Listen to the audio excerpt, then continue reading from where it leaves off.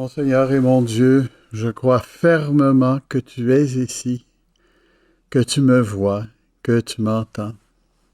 Je t'adore avec profonde révérence, je te demande pardon de mes péchés, la grâce de faire avec profit ce moment de prière. Ma mère immaculée, Saint Joseph, mon Père et Seigneur, mon ange gardien, intercédez pour moi.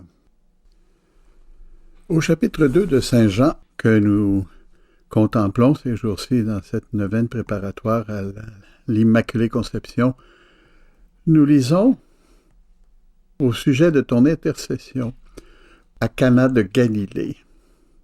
Chapitre 2 de Saint Jean. Jésus avait été invité au mariage avec ses disciples à Cana, or on manqua de vin. La mère de Jésus lui dit, non pas de vin. Jésus lui répondit, femme, que me veux-tu? Mon heure n'est pas encore venue. C'est intéressant quand on regarde juste ces 3 versets qu'il y a une superposition entre la vie privée de Jésus, c'est la fin de sa vie privée. Juste après le baptême que Saint Jean-Baptiste a donné à Jésus, nous voyons comment, soudainement, Jésus est projeté dans une vie où il fera des choses publiquement. Il manque de vin, dit Marie, et Jésus lui dit, femme, que me veux-tu, mon heure n'est pas encore venue. Jésus est encore à cette période de sa vie cachée, commençant sa vie publique. Il y a quelques disciples avec lui, je ne sais pas si tous, mais il en a appelé au moins 3 avant, et soudainement, Marie dit, bon, peut-être qu'il devrait commencer à faire des miracles puisque c'est son heure, parce que je suis certain que Marie connaissait un peu le plan de Dieu. Et elle profite du fait qu'ils n'ont plus de vin pour qu'il fasse un miracle. Peut-être aussi dans l'esprit des gens qui disaient que le Messie allait faire des miracles gratuits. Et Marie était peut-être pas étrangère à ça. Elle imaginait que Jésus pouvait faire un miracle pour des amis, ce qui ne sera jamais le cas après. Mais dans ce cas-ci, puisque Marie insiste un peu, à ce moment-là, il va finir par avancer le temps où il devrait manifester sa divinité, c'est-à-dire peut-être le lendemain ou la semaine d'après ou un mois après, parce que sa mère avait visé juste. Elle voyait que c'était un bon milieu, une bonne occasion de faire du bien dans un contexte qui était très positif et qui allait certainement aider Jésus dans sa mission. On ne peut pas juste penser que Marie était là parce que les gens manquaient de vin, ce qui est vrai aussi, mais elle voyait aussi les calculs que Jésus faisait et elle les anticipait d'une certaine manière. C'est la raison pour laquelle Jésus répond à Marie, « Femme ». À 2 moments, il dit « femme » dans l'évangile de Saint Jean. À ce moment-là, au début de sa vie publique, et « femme, voici ton fils ». À la fin de sa vie sur la terre, avant sa résurrection. C'est-à-dire que Marie est présente dans ses intentions, dans son intercession auprès de Jésus. Quelle belle chose, mon frère, ma sœur. Quelle belle chose de voir l'intercession de Marie dans la vie de tous les jours, dans la vie extraordinaire de son Fils. Elle intercède doucement, délicatement. Il n'y a pas très longtemps, j'ai lu Les Gloires de Marie, un livre qui m'avait échappé, que j'avais lu ici et là, mais un livre excellent. Avec son style, ça fait 17e siècle, mais c'est le moment où il a été écrit.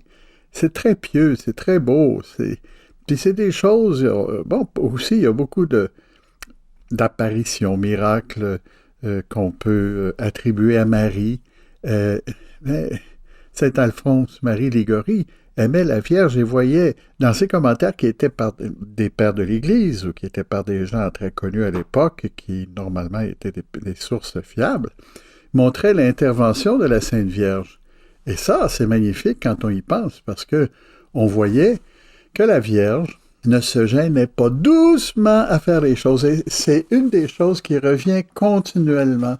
En faisant une recherche dans ce livre-là, que j'ai en livre digital, il y avait 97 citations où il disait « doux » ou « douce » à Marie.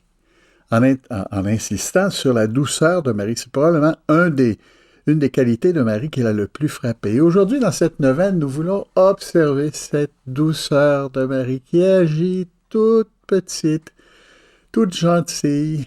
Elle laisse le Christ décider, mais son audace, son amitié, sa douceur l'amènent à nous aider. Motu proprio, elle le fait parce qu'elle nous aime, parce qu'elle aime les fils de son fils, et parce qu'elle aime Jésus, et parce qu'elle aime Dieu. Tout doucement, comme ta mère peut-être quand tu étais tout petit ou tout petite, comme tous ces gens-là qui aiment quelqu'un, la douceur. Et Marie, la douceur de Marie nous convainc. Tu nous convaincs, Marie, par ta douceur, que chaque instant, chaque prière que nous t'adressons est prise au sérieux. Tu te souviens peut-être quand tu étais tout petit, tu te faisais mal, tu allais voir ta mère. Maman, j'ai ça. Hein? Surtout des choses qui faisaient vraiment mal. Les petites choses qui faisaient pas mal, on s'en fichait un peu, mais lorsque ça devient inquiétant, maman. Et Marie était là, en train de s'occuper de Jésus, avec la même douceur. Et nous la voyons au début de la vie publique, en train de s'occuper de Jésus, et même le pousser à se manifester aux hommes, parce que, et aux femmes de l'époque, bien sûr, parce que c'était le moment pour lui de commencer à exercer. Elle savait qu'il était prêt. Jésus peut-être considérait d'autres choses, mais par amour pour sa mère, parce qu'elle était tellement douce, tellement aimable, tellement gentille, toujours en train de prévoir les choses, il voyait que ce qu'elle demandait était bon, et plutôt que d'agir autrement, faire plaisir à sa mère et en même temps faire plaisir à son père. Aujourd'hui, lorsque nous considérons cette réalité, cette douceur de Marie, nous ne pouvons pas, nous non plus, rester béats devant ce qu'elle fait, rester comme des gens qui n'ont rien à dire. Ben oui, c'est normal, c'est la Sainte Vierge. Marie, tu as toujours été dans ta douceur, prêt à nous écouter. Combien de pécheurs tu as aidé à se sauver? Combien de fois tu m'as regaillardi lorsque j'étais triste, tu t'es approché de moi et tu m'as écouté doucement. Et soudainement, quelque chose m'est arrivé. Tu as obtenu une grâce de Dieu. Et par cette grâce, tu m'as transformé, tu as obtenu une augmentation dans ma sainteté. Les noces de Cana, ce n'est pas seulement le vin, c'est aussi le vin du royaume éternel. Hein? Saint Jean a compris la symbolique du vin puis de la purification. Pour nous, les urnes qu'il faut remplir, c'est nous remplir de fraîcheur, nous remplir de purification, nous donner à travers la chaleur de Jésus ce dont on a besoin pour poursuivre le travail. Le bon vin disparu, meilleur sera celui qui suivra parce que Jésus, à travers ses grâces, à travers tout ce qu'il nous donne généralement et particulièrement lorsque nous lui demandons à travers Marie, Jésus nous donnera ce que nous demandons ou mieux que ce que nous demandons, même si ça tarde un peu des fois à venir. Marie, Jésus, nous sommes devant vous aujourd'hui en contemplant cette scène, pensant à ton immaculée conception, ta sainteté totale. Comme c'est beau et comme c'est enrichissant de nous retrouver seul à seul devant toi, devant Jésus, en train de demander cette sainteté, spécialement dans ce qui nous blesse le plus.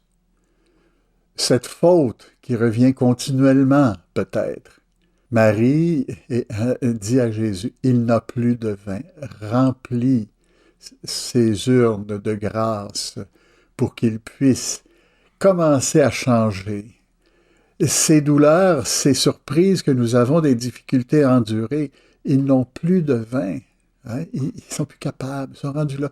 La douceur de Marie, c'est pas de nous dire tu vas avoir ça, non. C'est de le dire à Jésus, de nous écouter, de nous prendre au sérieux et de nous donner plus que ce que nous entendons. Devant les complexités de la vie, devant les difficultés de la vie moderne, les difficultés propres au temps dans lequel nous vivons, des complications, difficultés économiques, difficultés sociales, difficultés politiques, difficultés de santé, Marie est en train de dire à Jésus, il a besoin d'aide. Manifeste-toi. Montre-lui que tu es le Sauveur. Et Marie disparaît et Jésus fait le miracle. Ne craignons pas, mon frère, ma sœur, de demander à Marie de nous aider continuellement et à recevoir. À travers sa douceur, nous verrons la main de Jésus, mais surtout la chaleur de l'amour de Marie pour nous. Je te remercie, mon Dieu, des bonnes résolutions, des actes d'amour, des inspirations que tu m'as communiquées dans cette méditation. Je te demande de m'aider à les mettre en pratique. Ma mère immaculée, Saint Joseph, mon Père et Seigneur. Ma mère immaculée, j'insiste, hein, toi qui, dans quelques jours, nous rappelleras combien tu as été doté de toutes ces grâces de Dieu. Intercédez pour moi.